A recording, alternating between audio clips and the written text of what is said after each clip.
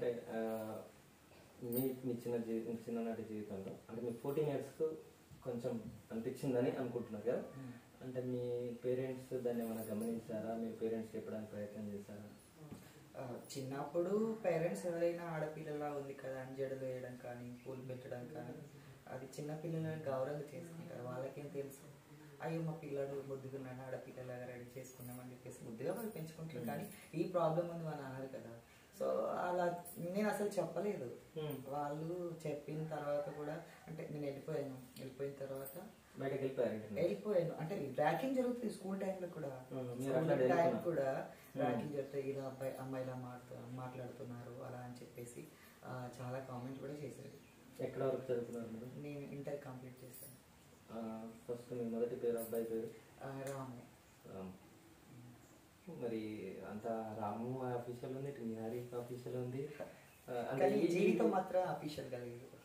అవునా? జీవితం అఫీషియల్ గా లేదు. ఇంటర్ వరకు ఎక్కడ చదివారు? ఇక్కడే జగిత్యాల. అంటే మీ ఆత్మీయులతో అలాంటి ఇబ్బందులు ఉండేనా, లేకుంటే ఫ్రెండ్స్ కుటుంబ సభ్యులు వీళ్ళకి ఒక 10 సంవత్సరాలు నాకు గ్యాప్. నేను ఇక్కడ నుంచి వెళ్ళిపోయిన తర్వాత ఎలాంటి కాంటాక్ట్స్ పెట్టుకోలేదు. సో మా పేరెంట్స్కి చెప్పాను అనమాట, మాకు నాన్న లేరు, అమ్మ ఒకటి, ఒక తమ్ముడు ఉంటారు, ఒక అక్క. సో నేను వెళ్ళిపోయిన తర్వాత నేను ఇలా మారిపోయానంటే వాళ్ళు సడన్గా నన్ను చచ్చిపో అని చెప్పారు.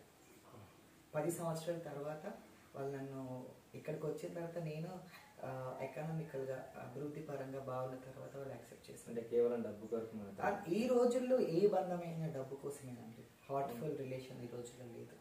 సో మా కమ్యూనిటీ లోపల ఒక చెల్లె పెళ్లి చేయాలనుకున్నా కానీ పలానా డేట్కు చెల్లె పెళ్లి ఉంది, ఒక 2 లక్షలు కావాలంటే 2 లక్షలు పంపిస్తాం, కానీ నువ్వు పెళ్లికి రాకు, వాళ్ళకి ఇష్టం లేదు అని చెప్పేస్తారు.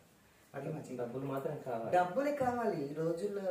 మన దగ్గర కావాలన్న డబ్బి, దూరం చేసుకోవాలన్న డబ్బి. మాలాంటి జీవితాలకి డబ్బు ఉంటేనే ఒక మంచి లైఫ్. లేకుంటే నేనేమంటున్నాను అంటే ఇప్పుడు మీరు చిన్నప్పుడు అంటే అక్క తమ్ముడు ఉన్నారు కదా, వాళ్ళతో నీకు ఇలాంటి ఏమైనా షేర్ చేసుకున్నారా? ఏం షేర్ చేసుకోలేదు. నేను ఎప్పుడు వాళ్ళతోని చెప్పుకోలేదు, ఎందుకంటే వాళ్ళు అర్థం చేసుకోరు. మంది మాటలు వింటారు. ఈ రోజుల్లో ఎలా ఉంది, మంది మాటలు వినే వాళ్ళే కదా. అప్పుడు కూడా అంతే, మీ తమ్ముడు మీ అన్నయ్య ఇలా ఉన్నాడు, ఇలా మాట్లాడుతున్నాడు, ఇలా చేశాడు అని చెప్పేసి వాడికి ఏం తెలుసు నా ప్రాబ్లం. కొన్నిసార్లు గొడవలు కూడా అయ్యాయి. ఎవరితో చెప్పుకోవాలి. ఇప్పుడు చూడండి, ఒక మైండ్ మెచ్యూరిటీ ఉంది. సో సొసైటీలో చాలా మంది మా ట్రాన్స్ కమ్యూనిటీలో షేర్ చేసుకోవడానికి ఆప్షన్ ఉంది. అప్పుడు అయ్యో నేను ఒక్కదాన్నేమో ఇలా ఉన్నాను, నాకెందుకు ఇలా ప్రాబ్లం వచ్చింది అని చెప్పేసి నా లోపల బాధపడదు. అప్పుడు ఎవరు చెప్పుకోవాలో తెలియదు, అప్పుడు ఇలా ఉంటారన్న విషయం కూడా నాకు తెలియదు. నేను ఒక్కదాన్ని ఇలా అయ్యానేమో అని నా పర్సనల్గా నేను ఫీల్ అయ్యాను. ఇక్కడ నుండి బయటకు వెళ్ళారు కదా, ఎక్కడికి వెళ్ళారు మీరు? వరంగల్ వెళ్ళాను. వరంగల్ అంటే మీరు అక్కడికి వరంగల్కి వెళ్ళాలని ఎలా ఆలోచన వచ్చింది? అక్కడ మా కమ్యూనిటీ ఉంటుంది. ఎట్లా తెలుసు? నేను ట్రైన్ జర్నీ చేశాను. చెన్నైకి వెళ్తున్నప్పుడు వాళ్ళు అంటే మా కమ్యూనిటీ వాళ్ళు మనీ కోసం ట్రైన్స్లో బేకింగ్ చేస్తారు. ఆ టైంలో కనిపించి ఇంకా నేను అనుకున్నాను, వాళ్ళు ఇంటా వెళ్ళాను అనమాట. నాకు ఇలా కావాలని అని చెప్పేసి ఆసక్తికరంగా వాళ్ళ వెనకాల వెళ్ళాను. వెళ్తే నాకు ఇలా ఉంటుంది చేస్తుంటే వాళ్ళు మొట్టమొదటిసారిగా నన్ను ఎంకరేజ్ చేయలేదు. నీకు ఇలా పిచ్చా, నువ్వు ఎందుకు ఇలా అవ్వాలనుకుంటావు, మా జీవితాలు అప్పుడు వాళ్ళు అన్నదనమాట, మా జీవితాలు ఇంత ఘోరంగా ఉన్నాయి, వద్దు నాన్న నీ జీవితం బాగుంటుంది రాకు అని చెప్పేసి అన్నారు. వాళ్ళు చెప్తే వీళ్ళు పిచ్చా, ఇష్టమైన జీవితాన్ని ఇలా ఉంచుకున్నారు, నన్నందుకు ఇలా అవాయిడ్ చేస్తున్నారు, నాకెందుకు ఈ మాటలు చెప్తున్నారు అని అన్నారు. కానీ నేను ఫేస్ చేసిన తర్వాత నిజమే వాళ్ళు ఎందుకు చెప్పారు అనేది రియలైజ్ అయ్యారు. ఇప్పుడు అనిపిస్తుంది. అంటే వరంగల్ వెళ్ళిన తర్వాత వాళ్ళు మమ్మల్ని ఫస్ట్ యాక్సెప్ట్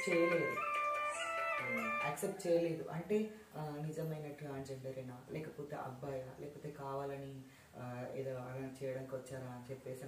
మా కమ్యూనిటీలో ఎవరైనా రాగానే మా దగ్గర ఉంచుకోరు. అసలు ఆ లక్షణాలు ఉన్నాయా, నిజంగా వాళ్ళు ట్రాన్స్జెండరేనా. సో చూడండి, ట్రాన్స్జెండర్ అంటే జెండర్ చేంజ్ చేయించుకుంటే ట్రాన్స్జెండర్ కాదు, సెల్ఫ్ ఐడెంటిటీ. నేను ఒక ట్రాన్స్జెండర్ని అని మాకు అనిపిస్తుంది. మా దగ్గరికి వచ్చే వాళ్ళు కొత్త వాళ్ళు ఎవరున్నా కానీ వాళ్ళ హావభావాలు కానీ, వాళ్ళ పనితీరు కానీ, వాళ్ళ ఆలోచన కానీ మాకు ముందే అర్థమైపోతుంది.